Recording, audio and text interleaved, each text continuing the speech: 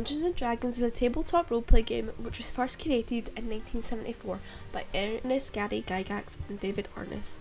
It began as a game called Chainmail which simulated medieval combat, but Gygax and Arnest messed with the rules of the game and it evolved into D&D. Dungeons & Dragons gameplay consists of the players and the Dungeon Master. The Dungeon Master tells the story to the players. There are many different aspects of the game, the main one being roleplay and combat, both of which encourage players to be creative in different ways. The game encourages you to make your own character, who you would aspire to be like or would find interesting to play. The game has no restrictions of being good or evil, creating an open experience for those participating. When Dungeons & Dragons was first introduced, it had a small cult following and was banned from most households as it was seen to be satanic. With these types of views being held against it, the game bolstered its popularity with rebelling teens at the time. The original Dungeons & Dragons had preset characters and was far simpler, but just as fun version of the Dungeons & Dragons we see today, which has taken a more modern approach with the character creation and has more varied choices. In the latest edition of D&D, which is the 5th edition, there is over 40 races to choose from and 10 different official classes. It's completely customizable, which can be a large selling point for the game. It encourages you to create a character as unique and as true to you as possible. D&D has become vastly popular with mainstream media, portraying it in many different shows such as Stranger Things and Riverdale.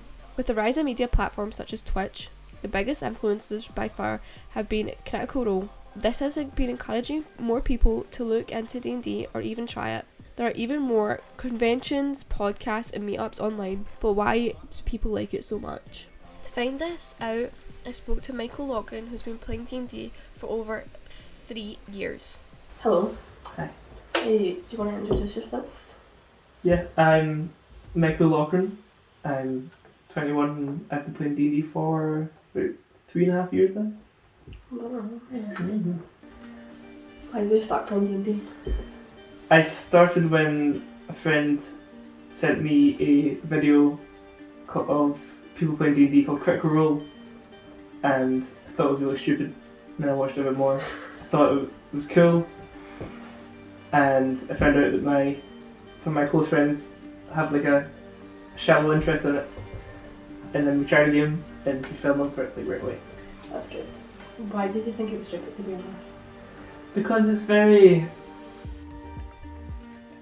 traditionally nerdy, you know. It's that kind of thing. Like if you did it in high school, oh god, you were very made fun of right away. And it's very, as nerdy as it is, it's very extroverted. You need to be like, at least from what like pop culture makes you believe, you need to be very out there and shouting loudly about fighting dragons and all that. Yeah. What would you say is the target demographic for D&D? Anybody really. You'd think that you'd have to have an interest in fantasy, but it's so versatile now. You can have it in a urban setting. You can have it. Anyone can play it because it can appeal to any audience. What genre do you usually play in? We usually play fantasy. My group personally. We started dabbling in stuff like cyberpunk and like futuristic stuff, but fantasy is definitely where the comfort is. Yeah. It's where we started and it's where we play most of our campaign. What are the mental health benefits for D&D? It's very good to have that like creative what's the word? Creative outlet. Yeah. Like being able to just be stupid with your friends and let us very much like, you know, like any extracurricular activity like sports and stuff. It's good to just be sociable and have fun with people you like. Yeah. Do you find yourself putting like a bit of yourself in your characters sometimes? Definitely, especially at the start when you're not really comfortable with sort of role playing and stuff. It's good to play off what you know and you know yourself. My first ever character was like very shy and didn't come out with shell much because, you know, I was a high school student. But yeah, I definitely put myself in all of my characters. Even now, when I'm playing like, right now I'm playing like a tiefling, which is like a devil person. I still kind of put a bit of myself into it when I'm making decisions and stuff in the game. Would you ever like make a decision that you yourself would never make? In certain contexts, I think I would, especially with writing stories for your characters. You know them personally and the decision they would make. Especially if it's going to make a good story, you want to make a decision that your character would make. What are the social benefits of D&D? There's a lot. There's things called adventuring clubs, which are like meetups and like game shops. Like I think A1 Comics does them in Glasgow. It's like you can go in and meet. You just play a game of D&D. You just walk in and sit down at a table with people you don't know and just play D&D and make new friends. And I've definitely made some friends that I never would have made if I didn't get into hobby. Has D&D improved your friendships? Yeah, definitely. There was a person I met through D&D, and we were kind of lukewarm on each other beforehand, but definitely that kind of experience of like, it's as in your head as non-fictional, going for an adventure with someone can really like bond you and like making decisions and having fun with them. I've definitely made a lifelong friend from this hobby, at least one. That's good. Have you ever thought about going to these meetups? Or have you ever been to one? I myself haven't been to any, just because D&D was something I started with my friends, and we've never really deviated from it. Maybe if I ever moved to the town, I would definitely like look into them. But it's very much a comfy, in the house hobby for me. But it's different for everybody. Some people prefer going to the adventuring clubs and stuff and meeting new people that way. Have you played with anyone outside the group online? Yes, after my first D&D game ended and we were setting up for a new one, I had some online friends that wanted to do it, and I played with them a bit, which a lot of people do. There's a brilliant website called Roll20, which is kind of like those adventuring groups where you can meet up with people, or you can set up your own game and have it virtually appear on the screen like your characters and stuff. I played it with people that I didn't know, and for me personally, I didn't enjoy it too much, but I can see the appeal. But it's very much a comfort thing, like, for me to have it with my friends at my house. What are the creative benefits of D&D?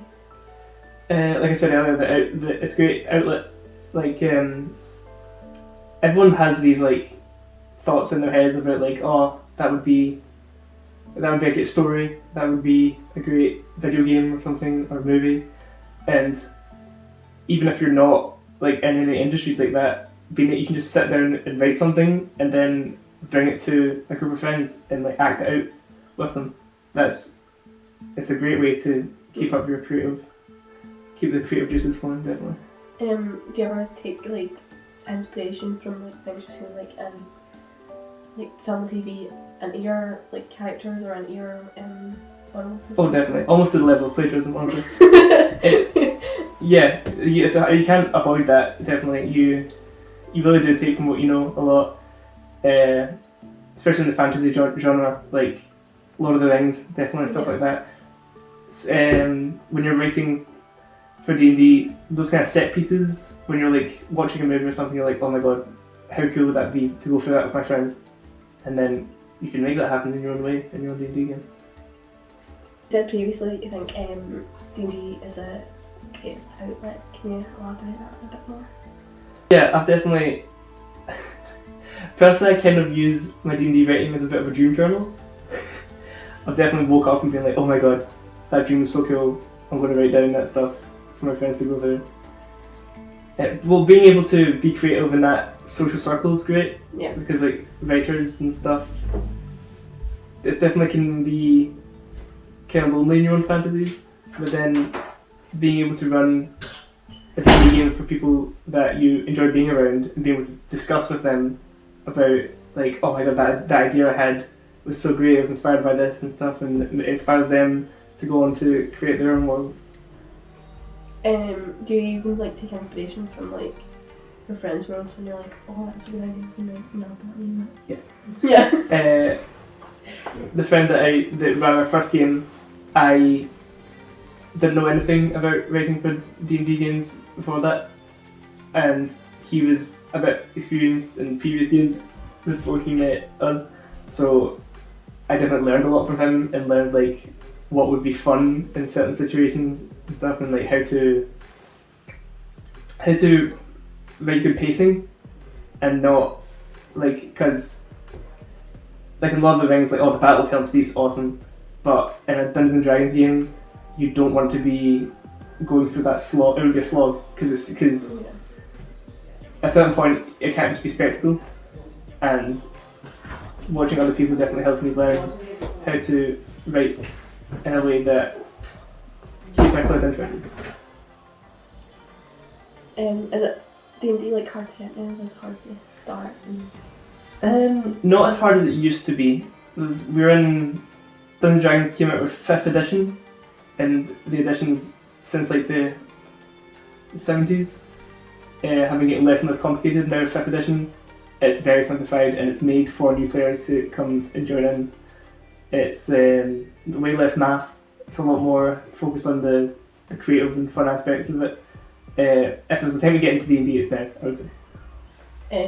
What was the edition when you first started?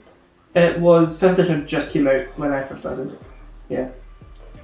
So it wasn't so hard to like learn all the many rules that we've got. No, but definitely when we started out, we didn't really know the rules in 5th edition even, but we still had so much fun because at the end of the day, it's wherever your friends are doing. If you're having fun, then that's it. That's Dungeons and Dragons. It's wherever you want it to be. Does it have to be serious? No, it can be as stupid as you want it to be. Because, like I said, it's as long as your players are having fun. There's definitely, depending on what kind of game you're in, depending on who you're playing with, a light-hearted fun game with some serious moments can definitely like enhance the experience. Definitely, we've all cried at our D&D games, and they're better for it. Do you think that the fact that yours are all having these emotional moments and character, does that not feel like you're being quite vulnerable as a person in front of these people? Oh yeah, definitely. Even if you're playing a game, you are still crying in the table of your peers.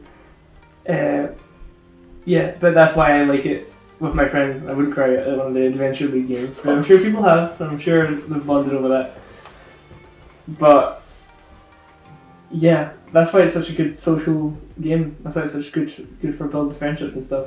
Because, like, when are you going to go through something like that with your friends and then be able to, like, be happy about it afterwards and talk about it like it was a good experience when your heart's been broken?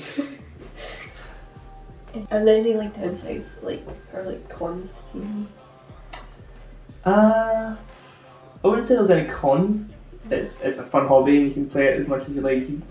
You can get burnt out on anything, really. I find writing quite hard, just like motivational, but really there's no cons. As long as you're taking it at your own pace, just like anything in moderation.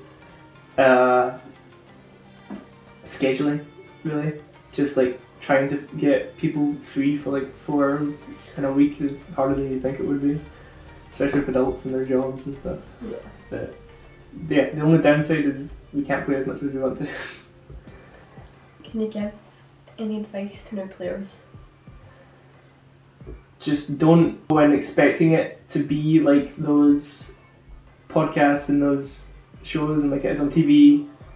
Every D&D game is going to be different, and just go in with the expectations of having fun with your friends, and don't take it too seriously. Some other people of the D&D group, if they had any advice for new players. Just have as much fun as you can. It's a stupid game, but it's fun. So if you're struggling with anything, don't be afraid to ask for help from fellow players or even your DM. Most importantly, have fun, but it also doesn't hurt to have a more experienced player there, possibly as a DM, helping out in your players, as that could be a great help to someone who knows more about the game than you there to help, keep the rules straight. But most people just have fun. Just have fun, just, take it easy, don't be worried too much about the rules, and if you've got someone there that's played it before, just ask them questions if you need to, Apart from that, just enjoy it. Pop culture has been a great helping hand in launching D&D into its popularity. Social media has played a huge part in aiding the introduction to D&D through famous actors that people adore. Critical Role is a prime example of this. Its Twitch stream has 1.2 million paid subscribers, and their YouTube channel has 1.9 million subscribers. D&D isn't just an in-person game, the community is worldwide now, and there are many virtual meetups and online platforms such as Roll20 that campaigns can be played on regularly. Online gameplay can be less daunting than having to meet and find people to play with in person.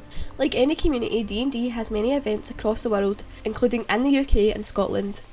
Tabletop Scotland will be holding a weekend-long event in August of 2023 for a plethora of tabletop games, including D&D. Events and conventions are perfect to find people near you for that in-person D&D experience. It is common for people to cosplay as their in-game characters for these particular events to get a real feel for the game. Modern technology has also made the game more playable with the introduction of apps like D&D Beyond, which make the rules easy to digest, and the character sheets, which allow you to see your stats and skills set up for you, and it has easy and quick access to the rules. The D&D community has also allowed for small businesses to stay open, as there are many tabletop game shops where people can go in and get books, minis and dice.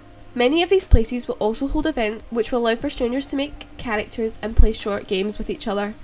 This has been the start of many players groups while helping local economies. For example, Static Games and A1 Toys in Glasgow are tabletop game shops.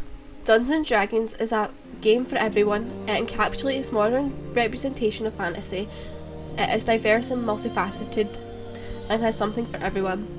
From fast-paced and dynamic combat to intimate roleplay sessions, there is something in the game for everyone. It is accessible with so many free resources to get you started. There is no excuse for you not to give it a try. So grab your friends, a pen and some paper, and any dice you can find, and have some fun. You won't regret it.